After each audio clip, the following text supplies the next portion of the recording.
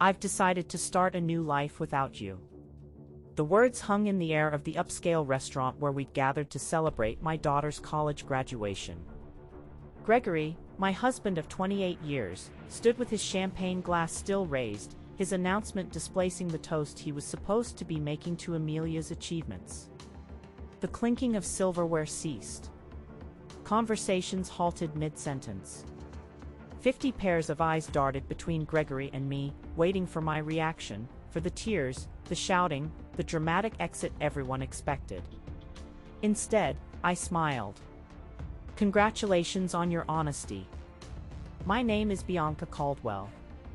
I am 54 years old, and until this moment, I had been playing the role of the devoted wife and mother perfectly. I put my own career aspirations on hold to support Gregory through 3 business ventures, 2 career changes, and countless finding himself phases. I raised our brilliant daughter, Amelia, who sat beside me now, her graduation cap still perched on her head, her expression frozen in horror.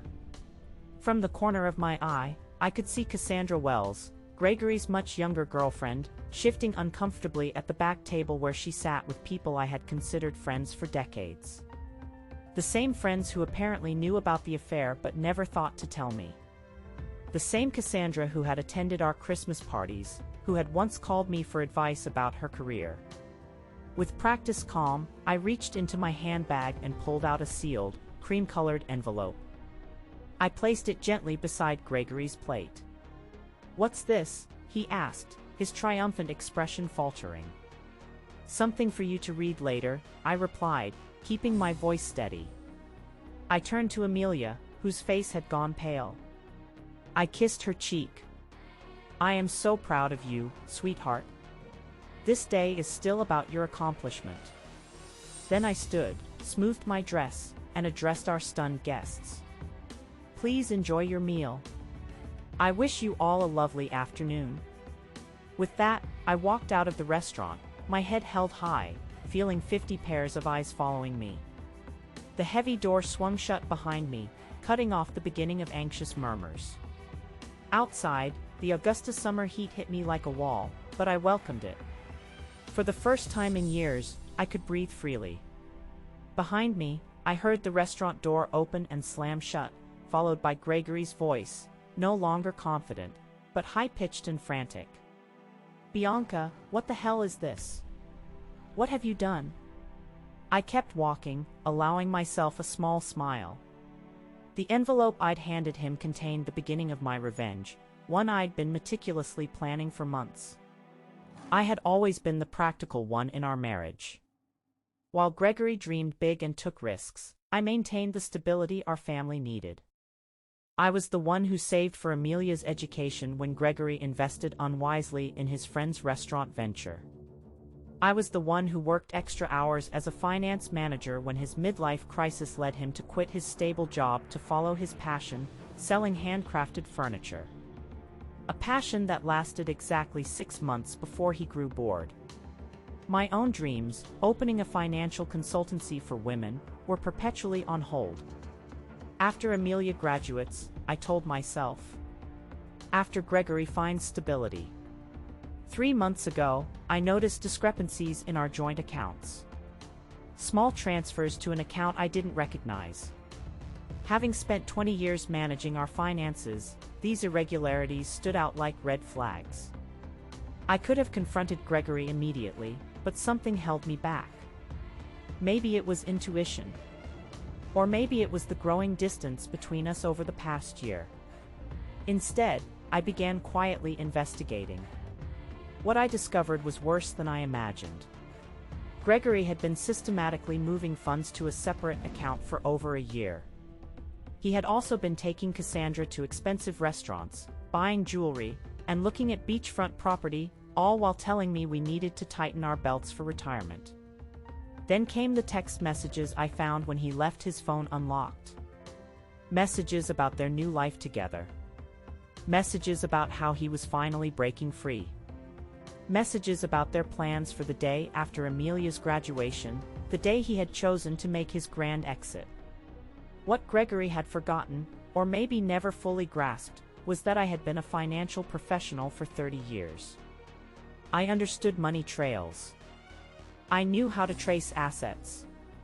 And most importantly, I remembered the prenuptial agreement we signed 28 years ago, back when I had more family money than he did. The agreement he had insisted upon, ironically, to protect his future earnings. It contained a fidelity clause that would prove to be his undoing. While Gregory plotted his escape with Cassandra, I was building my case. I consulted attorneys. I documented every hidden transfer.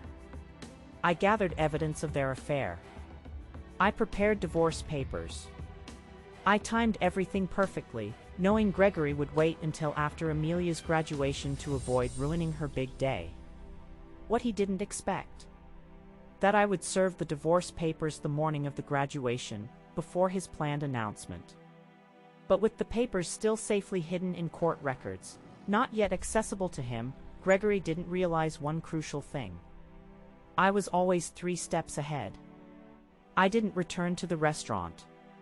Instead, I drove to our home, a spacious colonial in Augusta's historic district, the house Gregory had already promised to Cassandra, according to texts he didn't know I'd seen. Inside, everything looked the same: the family photos, the antique grandfather clock, the worn leather couch where we'd once dreamed of our future together. Yet everything had changed. Upstairs, I opened the master closet.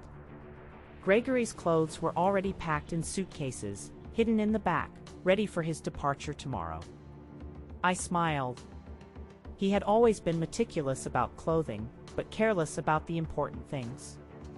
3 hours later, Gregory stormed into the house, his face flushed with anger, the envelope clutched in his hand.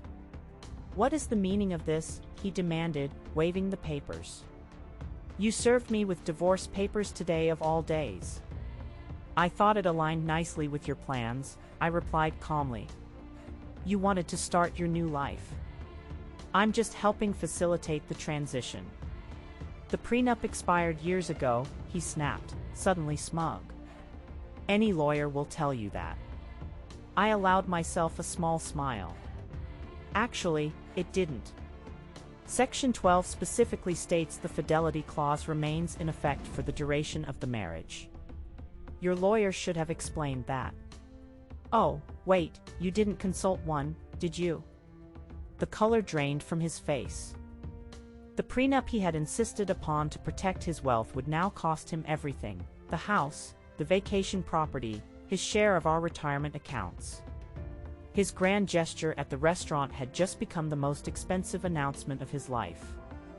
6 months later, my consultancy, Caldwell Financial Transitions, was thriving.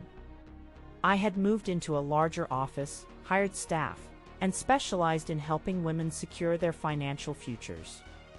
Amelia visited often, proud of what I'd built. "You know what's ironic," she said one day. "If Dad had just been honest, he might have kept half of everything." I sipped my coffee, watching the sunrise through my office window. Sometimes people can't see beyond what they want in the moment. The woman who had once defined herself as Gregory's wife and Amelia's mother had discovered a new identity: mentor, business owner, and advocate. The envelope I handed Gregory hadn't just been my escape plan. It had been the key to a door I never knew existed. Behind it, I found not just revenge, but reinvention. And in securing my financial future, I had reclaimed something far more valuable. The divorce hearing fell on what would have been our 29th anniversary. A fitting end to nearly 3 decades of marriage. Gregory arrived looking haggard, his business was struggling without my financial oversight, and Cassandra had already moved on to a wealthier man in Savannah. The judge, a no-nonsense woman with sharp eyes, upheld the prenup in its entirety. As she read the terms aloud, I watched Gregory's face pale.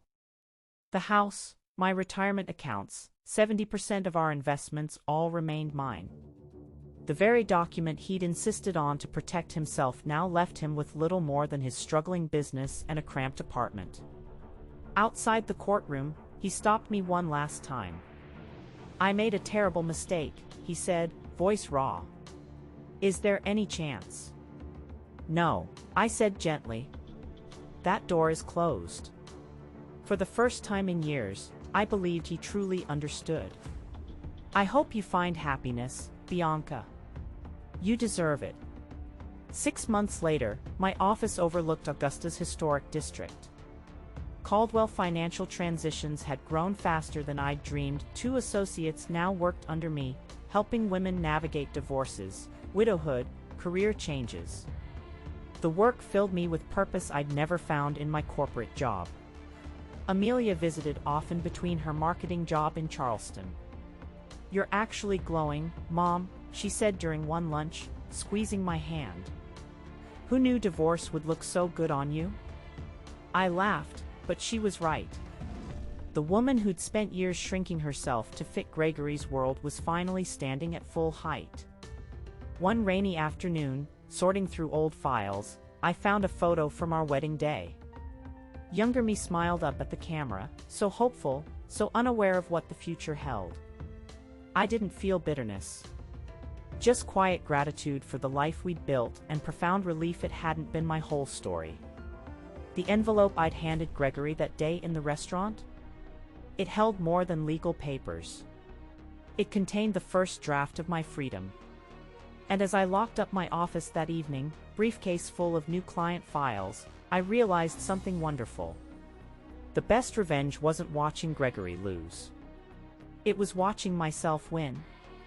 The invitation arrived on a Tuesday morning, heavy cream cardstock with elegant gold embossing. The Savannah Women's Business Alliance cordially invites you to their annual gala, honoring Bianca Caldwell for excellence in financial advocacy. I ran my fingers over the raised lettering, remembering the first time I'd seen my name in print like this. Not as Gregory's wife. Not as Amelia's mother. Just Bianca. Amelia burst through my office door, waving an identical envelope. "Mom, you're getting an award." She threw her arms around me, her excitement contagious. "We have to find you the most stunning dress Savannah's ever seen."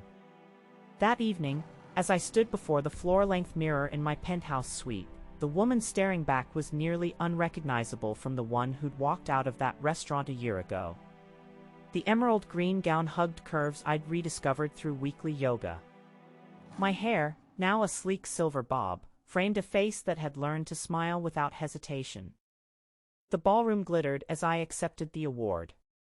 Spotlights warmed my skin as I looked out at the sea of faces, clients whose lives I'd changed, colleagues who'd become friends, and in the front row, Amelia beaming with pride. My journey here began with an ending, I told the crowd. What felt like the worst moment of my life became the gift that forced me to rediscover my strength. Now I help other women find theirs. Later, as champagne flutes clinked around me, a familiar voice cut through the hum of conversation. "Congratulations, Bianca." Gregory stood awkwardly near the cocktail table, his suit slightly rumpled. The years hadn't been kind to him, his hair had thinned, his shoulders slumped under invisible weight. "Thank you," I said, polite but distant. "How are you?" He launched into a rambling story about his latest business venture, but I barely listened. The anger, the hurt, it had all faded into something resembling pity. When he finally paused for breath, I gently excused myself. Amelia appeared at my side as he walked away. "You okay?" she whispered. I watched Gregory's retreating form disappear into the crowd. "Better than okay," I said, squeezing her hand. "Free." As the gala wound down, I stepped onto the balcony overlooking Savannah's historic district. The night air carried the scent of magnolias and the distant sound of jazz from a nearby club.